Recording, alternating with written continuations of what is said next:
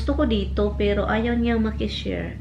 Kasi sabi pa niya, nakishare na daw siya sa... Kahit meron akong ibang lalaki, kung magluko man ako.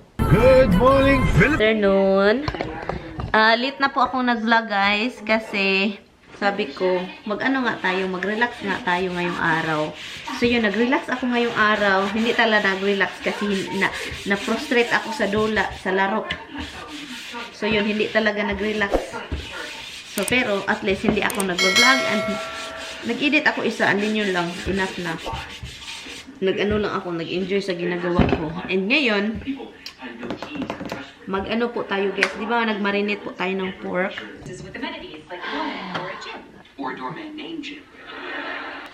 Connection. Kasi, oops. Ayan. So, ngayon guys, Sunday. Kaya ako, parang i-feel ko na nga, off ko yung Sunday. Pag Sunday, di off ko. So, yun. Parang yun yung feeling ko. Di off from vlogging and crazy editing. Kasi nag-edit ako, grabe. So, yun. Hanapin ko lang yung connection nito, ha? Alam nyo, yung bounce commercial dito, Pilipina yung Pilipina yung ng commercial. Yung bounce. Yung panglagay sa dryer. And ito naman yung chicken is, ito yung Tammy's dinner. Yeah, kasi I have salmon. I need to finish that because it's seafood. So yun, ito lang siya, ko na lang para may makain din si Mr. Rot. Mag-mashed potato din tayo para hindi masakit sa ipin. Yun, mashed potato and this. And meron tayong vegetables. So yun lang yung gagawin ko.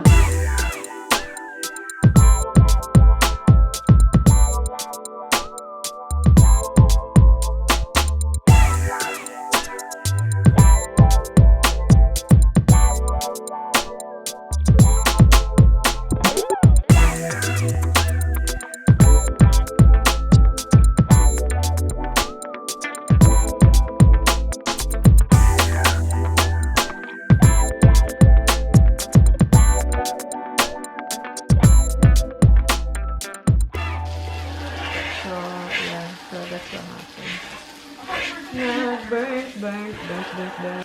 I open also the window, the sliding door para lalabas kasi nag-aso-aso kanina.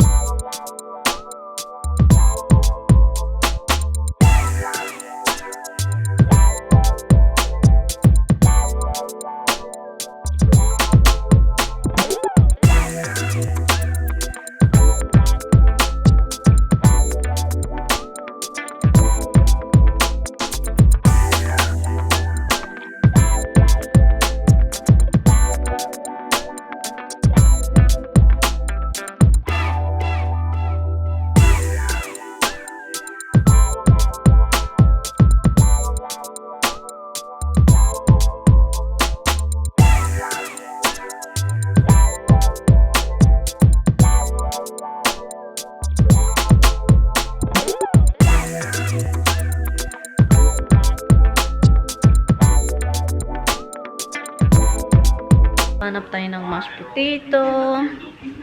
Yung dinner natin.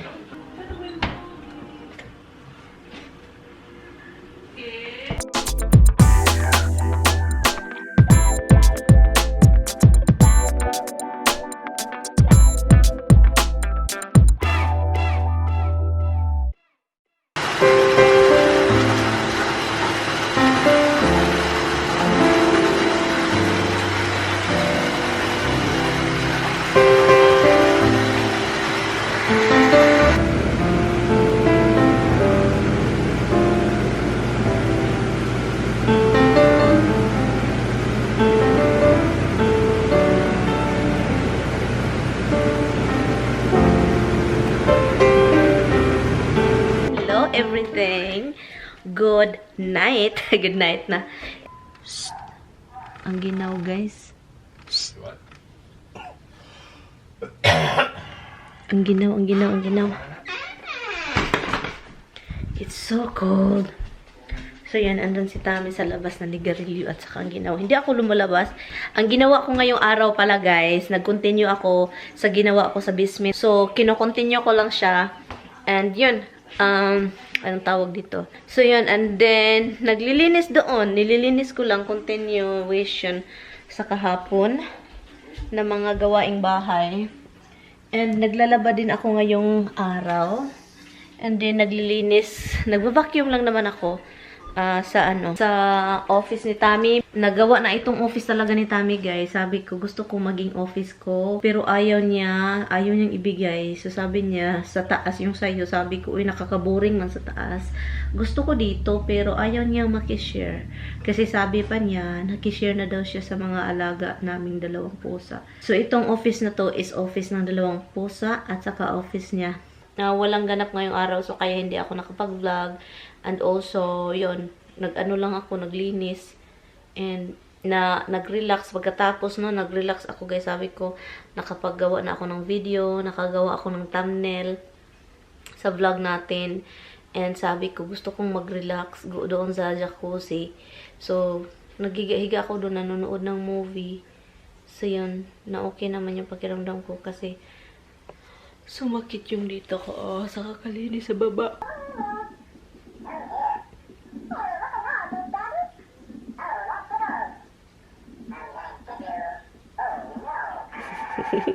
Habs. Your toys.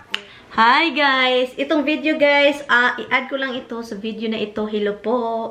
So, different day na po ito, finifilm ko.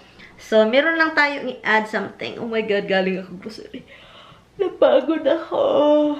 But anyway, gusto ko lang i-clarify. Gusto kong i-ano sa mga ibang tao na pwede daw akong ma-deport ni Tami.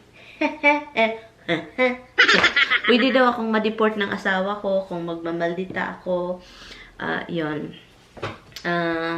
Anyway, so paano ba to kahit guys, alam nyo ba, hindi pa ako citizen, di ba? Kahit hindi daw ako citizen, ganon.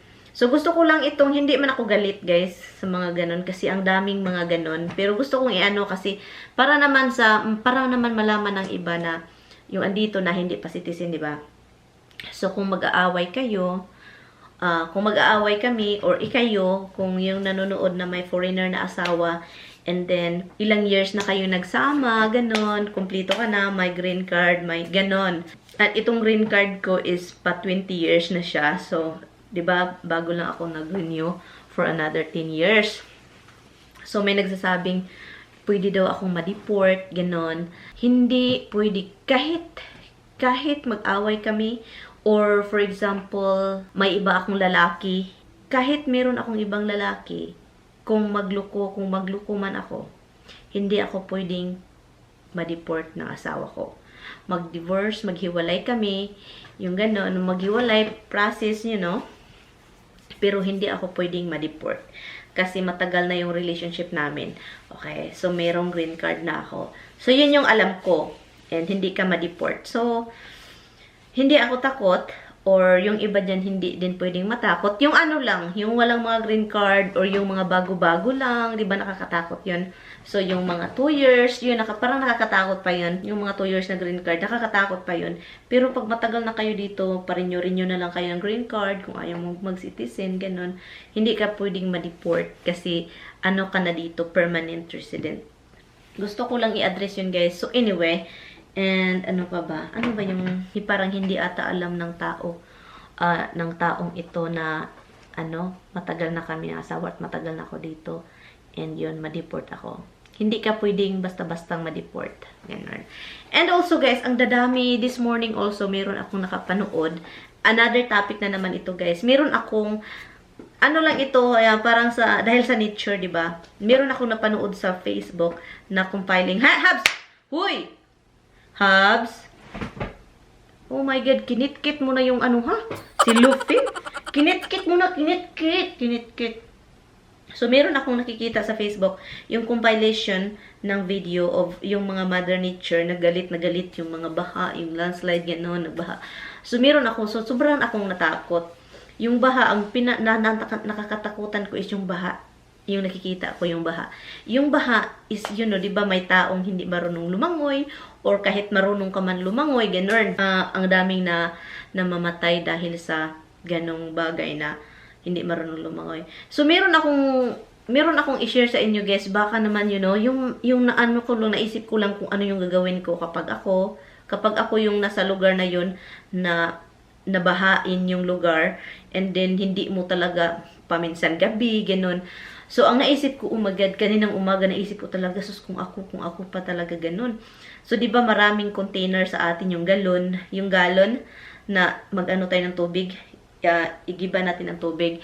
So, kung ako sa inyo, mga 2 or 3 galon, bibili kayo sa market, kasi meron naman yan sa market, di ba? Lagyan nyo ng flashlight, okay? Flashlight, and then i-ano nyo na, i-testing every once a month. Yung flashlight, mura man lang yung flashlight, guys. And then yung battery, kapag alam nyo na maulan-ulan yung panahon, and then palagi na lang umuulan, lagyan nyo ng mga battery. And make sure, yung cell, di ba may takip yung galon, lagyan nyo ng cellophane, and then ilagay yung takip para walang tubig na makapasok kapag baba. And then 3 galon, pwede mo siyang ihikot, yung parang itay mo ba, 3, and then ilagay mo sa bubungan, ibitay mo, ganun, para walang makagamit, para lang, for emergency. Kasi, guys, makatulong talaga yung galon. Container, wag na yung container kasi sobrang laki. Yung galon is pwede mo lang mahawakan, ganun, and then maganon mo sa And then, yun. So, yun yung naisip ko. Nasus kung ako, yun yung yun yung unahin ko na gagawin, lalot na kapag bahain yung lugar, and then naka-experience ka na ng baha, ako ganyan yung gagawin ko. Maglagay ako ng flashlight. Yung may mga maliliit na flashlight, diba? Huwag nyo masyadong malaki para mapasok nyo sa galon. And then, i-testing nyo na lang yung flashlight every once a month.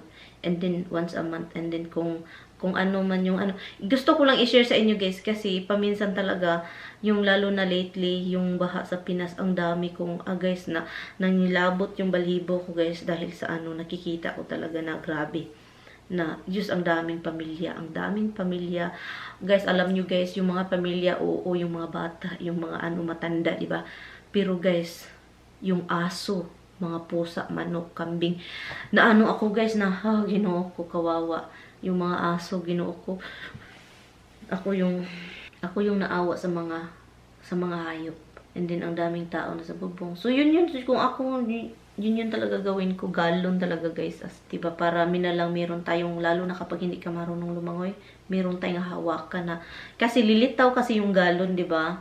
Pero, alam nyo ba yung galon, hindi yan basta-basta mapasukan ng tubig kapag nasa ilalim yung yung butas kung saan yung cover na nasa ilalim, nasa baba, and then yung puwitan is ibabaw, hindi yan mapasukan ng tubig. So, yun lang yun, guys. I-share ko lang, guys, hindi pwede ma-deport. And then yun, yung i-share ko sa inyo yung tubig. Kasi, guys, alam nyo ba, yung mga calamities, ang daming mga nangyayari. Guys, thank you guys so much for watching, and I hope I will see you guys in my next vlog. Please don't forget to like and subscribe. Kung nasasayahan kayo sa mga previous vlog ko, guys, at hindi pa kayo nakasubscribe, subscribe naman kayo para masaya tayo, and also malapit na tayong sa 90,000. So, I'm happy for that. And salamat sa suporta ninyo, guys, ha. And yun, thank you so much. And I will see you guys tomorrow. Subscribe kung hindi ka pa nakasubscribe. Sa office tayo ni Tami. Yun, bye, guys. Thank you so much for watching.